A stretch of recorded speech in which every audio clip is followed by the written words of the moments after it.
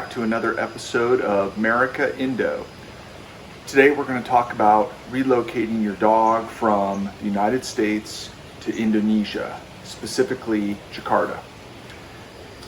Please note that some islands in Indonesia do not allow the import or export of dogs due to rabies restrictions.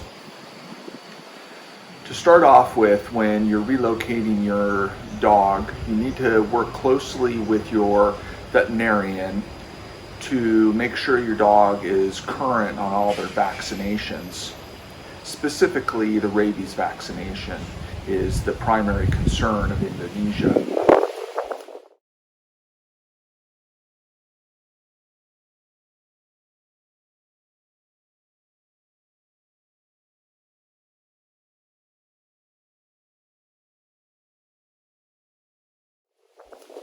The process of working through the vaccination is to have all the lot numbers as well as a wet sign signature of your veterinarian on the record. For the rabies, the dog is going to need to have and be current with their boosters, as well as have a blood draw to run the titer test and have that run through the U.S. Department of Agriculture in Kansas.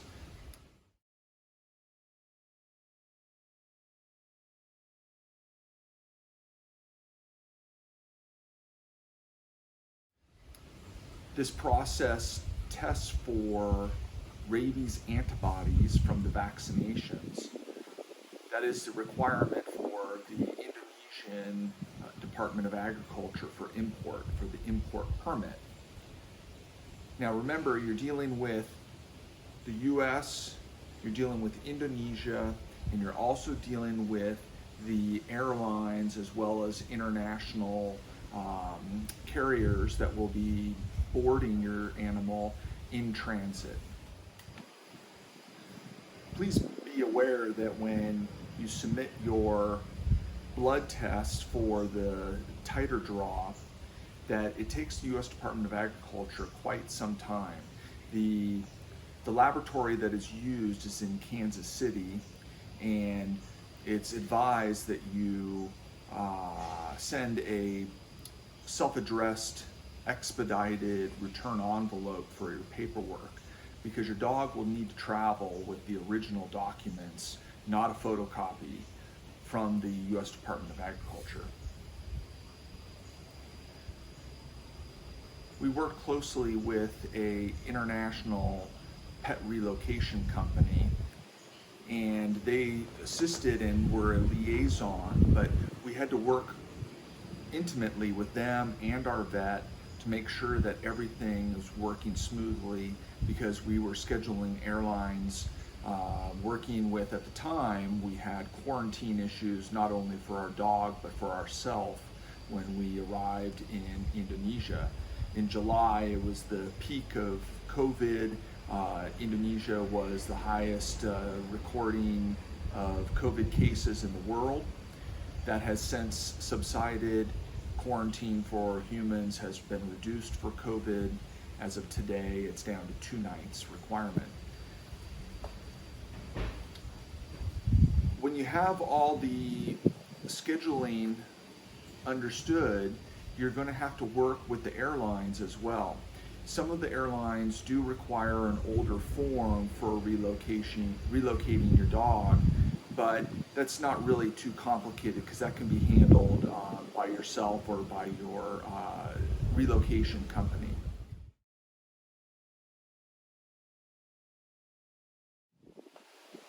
Once you receive your lab results from the USDA for the titer blood draw, this will need to be submitted to the Indonesian Department of Agriculture along with the vaccination records and the completed application.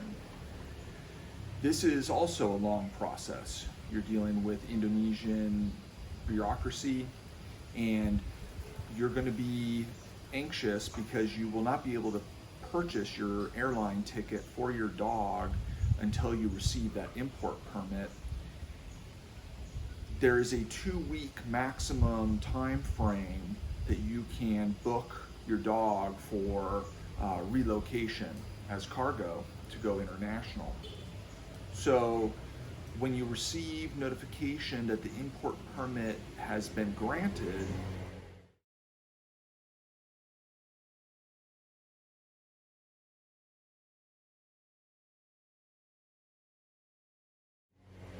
then you'll immediately want to book an airline ticket.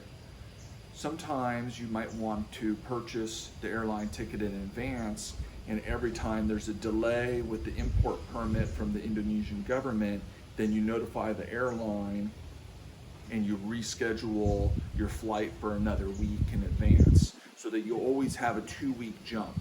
We had to reschedule our flight for our dog 4 times. That was very stressful. Once we received notification that he had been granted the import permit, then you have to obtain the wellness check from your veterinarian.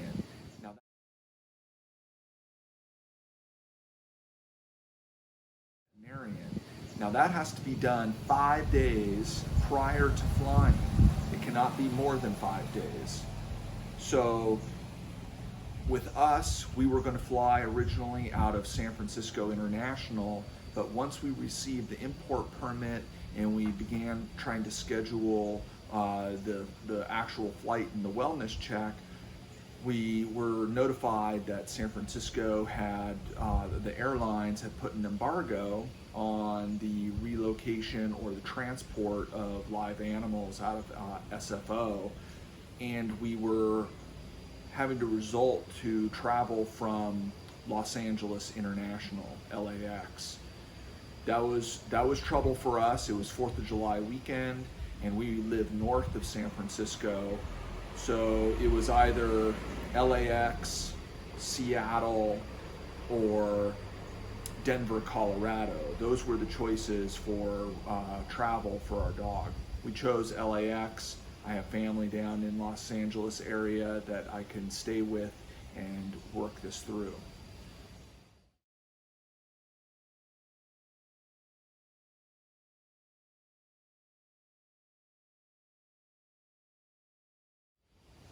Once we brought our dog to the airport, we were working with a cargo company. This was not a passenger plane. This was a cargo company that works with live animals, and that was KLM. They have a really nice customer services and a high recommendation from the general public.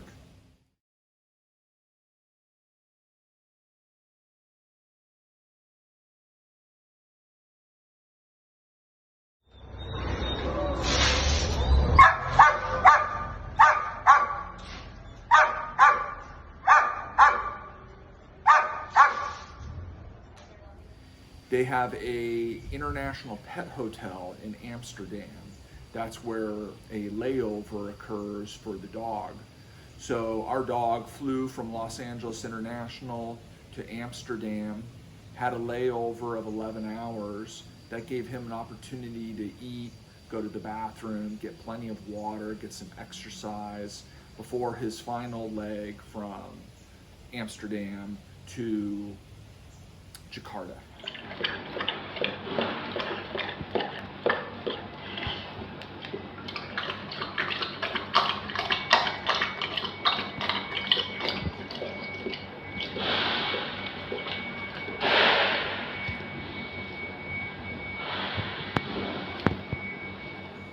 I'll put a link into KLM's International Pet Hotel at the end of the video.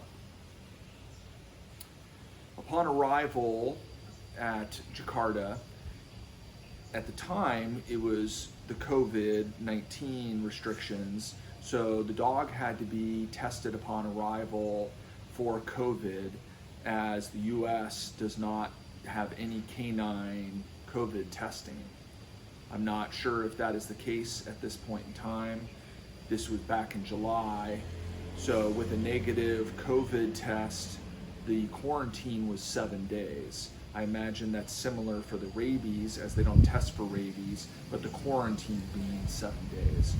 If our dog had tested positive for COVID-19, the quarantine would have been changed to 14 days.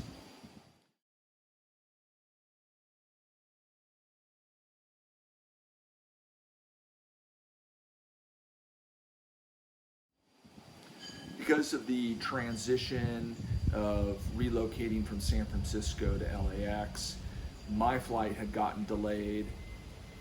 Also, there were some complications with flying out of San Francisco with Japan Airlines, and they canceled my flight that morning. I was flying out, and I had to rebook with Turkish Airlines, which flew me the other way around the globe. So my flight ended up taking 3 days with a long layover in Istanbul. So we relocated our dog from the government quarantine in Jakarta to a private private boarding facility, so that my dog and I could come out of boarding and my quarantine on the same day, as he was definitely stressed and likely feeling lonely or fear of abandonment.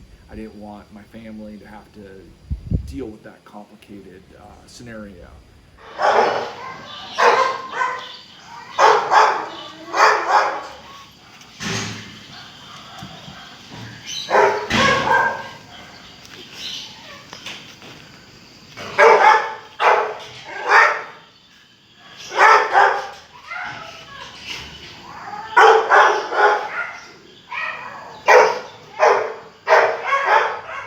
When I was released from quarantine that afternoon, our pet boarding facility in Jakarta transported our dog to our residence in Western Java, and we were reunited once again. That was a great feeling. It was a complicated process.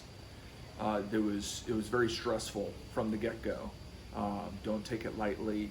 It's an expensive process as well, but we, feel very close to our dog. He's part of our family, and the expense was well worth it. I hope you can take good information from this, and I will be looking forward to comments from you. If you find the information on our channel useful, don't forget to hit subscribe. We'll talk to you later. Take care.